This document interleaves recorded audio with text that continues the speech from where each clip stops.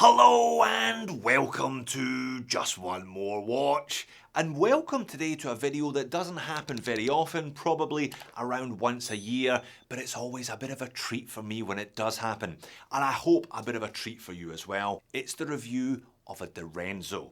And as usual, I will declare my personal bias up front today. Direnzo are one of my very favourite microbrands. I think they're one of the best microbrands currently available out there on the market. And in some ways, they're kind of the very essence of what a microbrand is. They're owned and operated by one man, Sergio Direnzo, who designs the watches himself. He then quality controls and ships them all himself as well from his base in Switzerland. And his designs are just beautiful. There's a clear design language evident across every single one of his watches, but there's also an evolution of that design language. They're just jam-packed full of lovely, deliberate details. And they're all still available for well under $1,000 US. Today it's a review of the brand new DRZ07, Sergio's 7th watch design. This one is called the Universo, and there's a clue in the name here. It's designed to be bought and worn as a daily. In some ways, the 07 is a bit of a Direnzo's greatest hits exercise. It features the bold dial of the DRZ04 Mondial, the handset from the DRZ07 Wandering Star, and the case of the DRZ05 Solaris Jewel Crown Diver. But it is by no means a parts bin special. Everything has been reproportioned and reprofiled to work cohesively in this new design. Does that mean that this is the best Direnzo so far? Kind of depends on what you're looking for. Is it perfect? No, not quite. I do have 3 complaints today. Make sure you stick around for the moans and niggles section. Now, you saw the pop-up. This video is sponsored by Direnzo. I will therefore, of course, leave a link to their website in the description of the video. These go on sale today, the 1st of March 2025, and they ship on Monday, the 3rd of March 2025. This is a first. Normally Sergio does some form of pre-order, but this time the watches are hot to trot. Let's start with a brief look at the packaging. This hasn't changed in a couple of releases now. White cardboard box, but really the interest lies in the roll. You get enough space here for a couple of watches if you do want to use it as a travel roll. 2-year warranty with all of these watches. Alright, let's do dimensions then. This one is 37.5mm in diameter, and I guess there is another element to the name here, Universo. Sergio has gone for a size that he feels suits the widest variety of wrists. If that sounds a bit small, hang on a bit, wait until you see it on my wrist. It's actually really nice.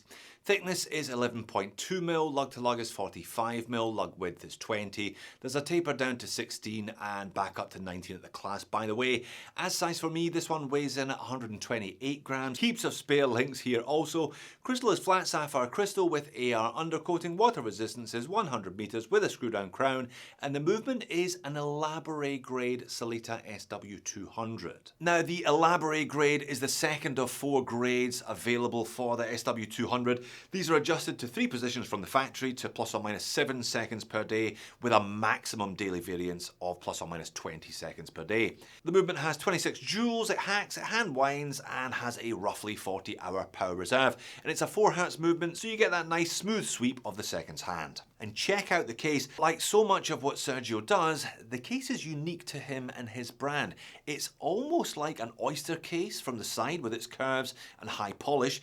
Very shiny high polish as you see, but you have a brushed upper lug surface and a very unusual curved chamfer that bridges the gap between the side of the case and the lugs and adds another element overall. When you look at the watch from the 12 or 6 o'clock position, you can see it gives an hourglass style curve to those lugs. Very nice indeed. As is the floating bezel design. High polished angled edge, circular brushed upper surface with the bevel edge sapphire crystal sitting neatly within it. You've got that little undercut, the float if you will, that adds both light and shade. The crown though, pretty orthodox, 6.3mm high polish with a circular inlay replicating the circular hour markers and the porthole date of the 07.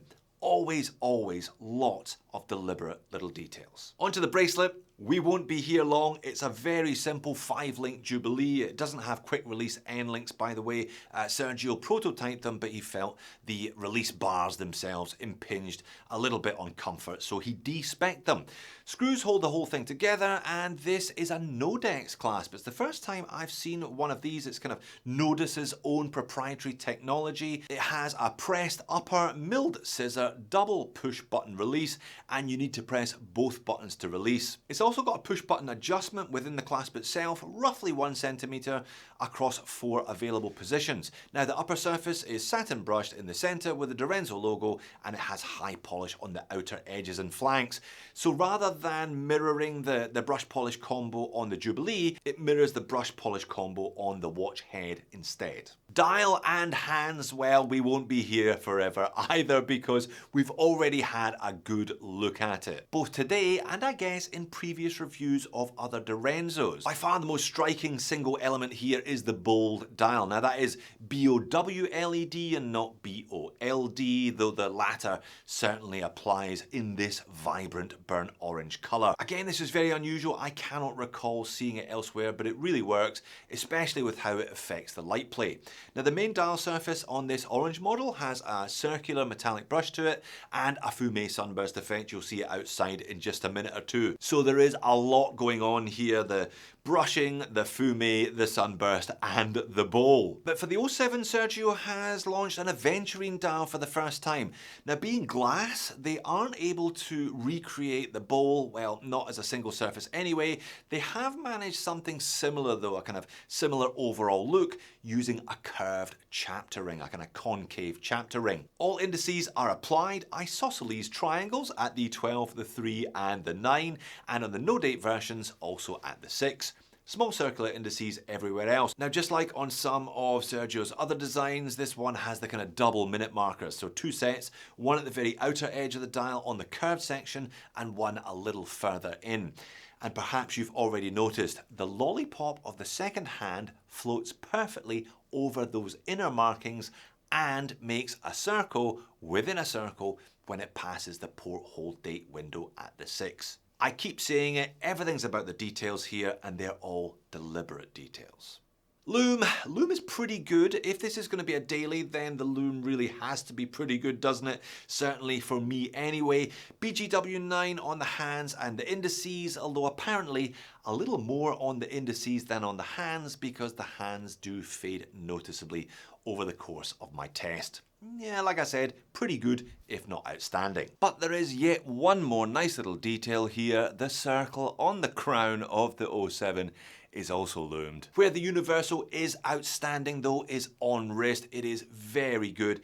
Good size, good weight, good balance. Jubilees are always very comfortable, at least I find them comfortable. Just the right amount of flex between the links and small links, ensuring good conformity and a good fit overall. Now legibility will vary depending on your chosen dial. I've got to say the handset isn't huge, and due to the light play one always gets with aventurine, maybe that's not the one to go for if at a glance timekeeping is your top priority. But like I said, it's a really easy watch to get on with. The clasp gives you those 4 positions of adjustment, although you do have to remove the watch and press the button in order to both expand and contract it. It's a very comfortable case, it's an unobtrusive crown if you do wear your watch loose. Let's take both different colours outside for a minute or so you can see just how intense both of these dials are in the sunshine, but for very different reasons. The burnt orange has a really strong sunburst effect, and the aventurine just goes crazy in bright conditions. Now, because this is a man-made material, aventurine varies. Some have more sparkles than others, and it seems this one has more sparkles than most. I guess if you're gonna do something, the rationale is that you do it properly. Alright, moans and niggles. I may be a big fan of Sergio's work and have been for years, but that doesn't mean to say I can't find fault in it, because I find fault in everything. This is my first encounter with the Nodex clasp, and I have to say it looks pretty good and it works well also. Frankly though, I think its biggest advantage is that it isn't the same clasp that everybody else uses. But at its furthermost extension, you do get a rather unsightly gap between the clasp and the first link of the bracelet. And the date window, it's tiny. It's so small. This isn't the first time I've had a bit of a pop at one of Sergio's watches because of their tiny date windows, but this one is just next level small. There is a no date version unless you're really concerned about having a date on your watch, unless that is a must for you, maybe just go for the no date. And my final complaint is about colour choices. I think Sergio has been ahead of the curve in terms of his colour choices over the last few years. He was doing blood red, deep purple and burnt orange before they were on most people's radar. And indeed you will find burnt orange and purple options here. But I would have loved to have seen one new, bold, interesting colour choice unique to the DRZ07. Aventurine is a first for the brand and it's bound to sell well, but it's not something we haven't seen before elsewhere many times. Just that killer colour I feel was missing from the range. Maybe that whole Universo thing, designing a watch to be worn as a daily, is why he's gone for slightly more conservative colour choices with this one. But overall, far more to like here than to dislike.